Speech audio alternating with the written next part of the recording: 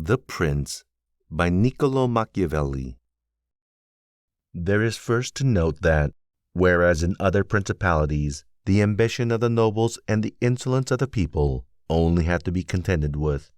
the Roman emperors had a third difficulty in having to put up with the cruelty and avarice of their soldiers, a matter so beset with difficulties that it was the ruin of many. For it was a hard thing to give satisfaction both to soldiers and people, because the people loved peace, and for this reason they loved the unaspiring prince,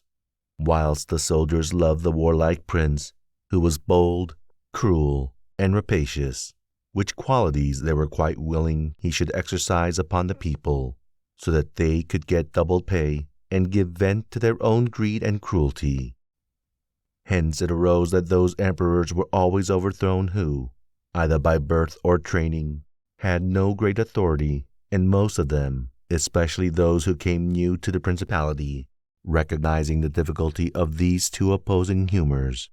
were inclined to give satisfaction to the soldiers, caring little about injuring the people. Which course was necessary, because, as princes cannot help being hated by someone, they ought, in the first place, to avoid being hated by everyone, and when they cannot compass this, they ought to endeavor with the utmost diligence to avoid the hatred of the most powerful. Therefore, those emperors who through inexperience had need of special favor adhered more readily to the soldiers than to the people, a course which turned out advantageous to them or not, accordingly as the prince knew how to maintain authority over them.